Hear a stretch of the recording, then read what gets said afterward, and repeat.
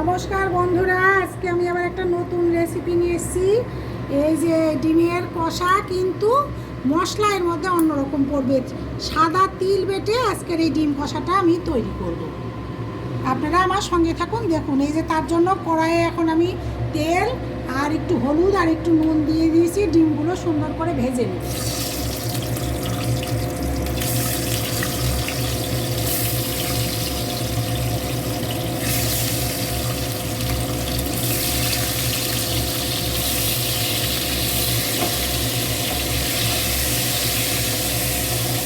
এইভাবে সুন্দর করে ভেজে দিই।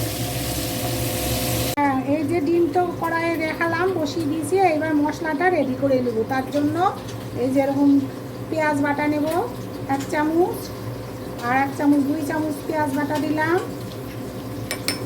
তারপরে এই যে সাদা তিল এইভাবে বেটে নিয়েছি, এটা গুঁড়ো করে নিয়েছি মিক্সিতে। এটা এখন এর মধ্যে দিয়ে দেবো। এটাও 2 চামচ দেবো। যদি কম মনে হয় তাহলে আর 1 চামচ দিয়ে দেবো।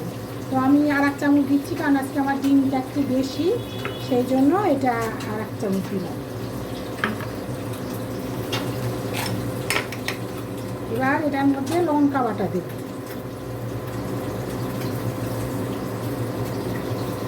1 চামচ, সামান্য একটু লঙ্কা দিয়ে দিলাম। এর মধ্যে এই যে টক দই দেব।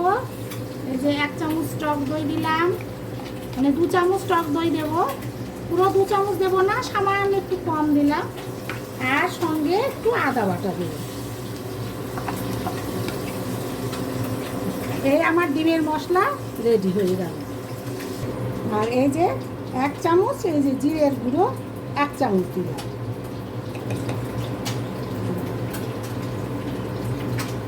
তুলে ফেলেছি, এখানে ভাজা হয়ে গেছে। এখন এই তেলের উপরে 2টো তেজপাতা দিলাম, আর সঙ্গে এই যে একটু এই যে জিরে, এটা সম্বারা দেব। আর এবার ওই মশলাগুলো যে রেডি করে রেখেছি ওগুলো তেলের উপরে। এই যে মশলাটা রেডি করে রেখেছিলাম, এটা সম্পূর্ণ এই তেলের উপরে।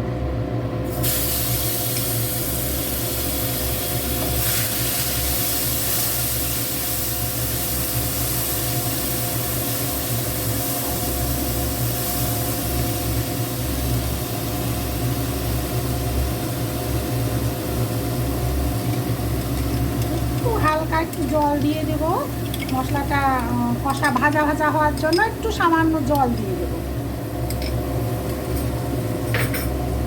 এইবার একটু হলুদ দেব। তেলের উপরে এই যে একটু হলুদ দিয়ে দেব।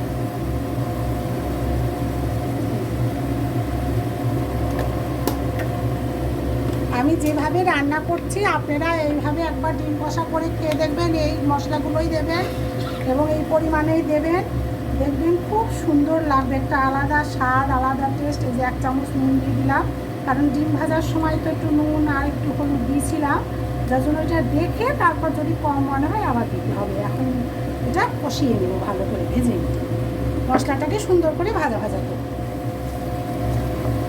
হ্যাঁ, যে ডিমের মশলা মোটামুটি কষা হয়ে এসছে, যে তেল ছাড়ছে। তো যেহেতু ডিম কষা, তো আর একটু তেলটা দেবো, না হলে টেস্ট আসবে না ডিমে। আর ডিমটা তো একটা সৌন্দর্যের ব্যাপার দেখার, তো এই জন্য আর একটু তেল দিয়ে দিলাম। আপনারা মনে করলে স্কিপ করেও যেতে পারেন, সেটা আপনাদের ব্যাপার। আমার আবার একটু ডিমটা একটু কষা, একটু তেল তেল হলে দেখতে ভালো লাগে, সেই জন্য আমি একটু তেল দিলাম। দিয়ে আর একটু কষে এবার ওর মধ্যে একটু জল, গরম জল দিয়ে ডিমটা ছেড়ে দেবো। যে আমার মশলাটা একদম রেডি হয়ে গেছে। এইবার এর মধ্যে জল দিয়ে, যে গরম জল ফুটিয়ে রেখেছি, এবার এটা এখন এর মধ্যে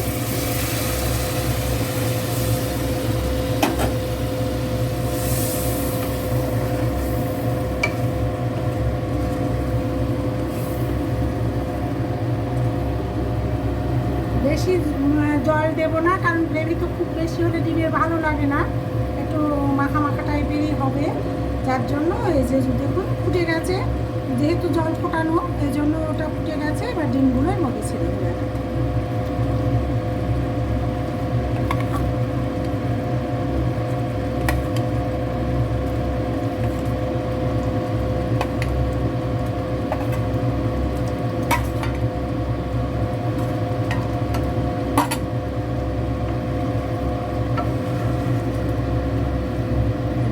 একটু ঢাকনা দিয়ে ঢেকে দেবো।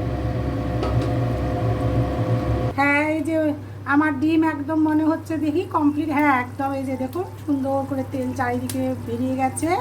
এবার ডিম কষা আমার রেডি। এবার এটা জাস্ট মানে সার্ভ করতে হবে ঢেলে। আমি সার্ভ করে দেখিয়ে দিচ্ছি। আমার একটাই অনুরোধ, আপনারা এটা একবার হলেও রান্না করে খাবেন। আর যদি ভালো লাগে বন্ধুরা, সবার কাছে আমার অনুরোধ, ইউটিউব থেকে দেখলে সাবস্ক্রাইব করবেন, আর ফেসবুক থেকে দেখলে আপনারা লাইক দেবেন, শেয়ার করবেন, কমেন্ট করবেন। ভালো হোক মন্দ হোক, আমি বারবার বলছি আপনাদের কাছে কমেন্ট করবেন। হ্যাঁ, এই যে এখন এইভাবে এই বাটিতে ডিমগুলো সার্ভ করে দেব। দেখুন কি দারুণ কালার এসছে।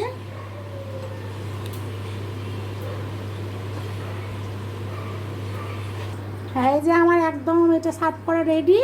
এইভাবেই আপনারা করে খাবেন, এটা আমার অনুরোধ থাকলো। একদিন হলেও আপনারা করে খাবেন। আজকের মতো টাটা, বাই বাই। আগামী দিন আবার একটা নতুন কোনো রেসিপি নিয়ে আপনাদের সামনে হাজির হব।